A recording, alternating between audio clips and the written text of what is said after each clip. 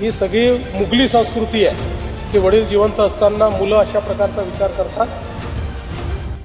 नरेंद्र मोदी यांनी जाहीर केल्याप्रमाणे जे धोरण की 75 वर्ष झालेल्यांनी सत्तेच्या पदावर राहू नये, कोणत्याही सरसंघ चालकांनी संघाच्या भूमिकेची आठवण करून देण्यासाठी त्यांच्याशी चर्चा केली। संघ ठरवेल पुढला नेता आणि तो बहुतेक महाराष्ट्रातला असेल। मोदीजींचा उत्तराधिकारी शोधण्याचं कुठलंही कारण नाही। मोदीजी आमचे नेते आहेत, अजून बरेच वर्ष मोदीजी काम करणार आहेत। आमच्या सगळ्यांचा आग्रह आहे, आम्ही 2029चे पंतप्रधान म्हणून मोदीजींकडेच बघतो आहे, पूर्ण देश बघतो आहे। त्यामुळे आता अशी चर्चा करणं योग्य होणार नाही आणि भारतीय संस्कृतीमध्ये वडील जिवंत असताना मुलांचा विचार होत नाही, करायचाही नसतो। ही सगळी मुघली संस्कृती आहे की वडील जिवंत असताना मुलं अशा प्रकारचा विचार करतात। त्यामुळे आता कोणाचाही कुठेही उत्तराधिकारी निवडण्याचा वेळही आलेली नाही, तसा प्रश्नही नाही। आणि जोपर्यंत माझा विषय आहे, माझा त्याच्याशी संबंध आहे,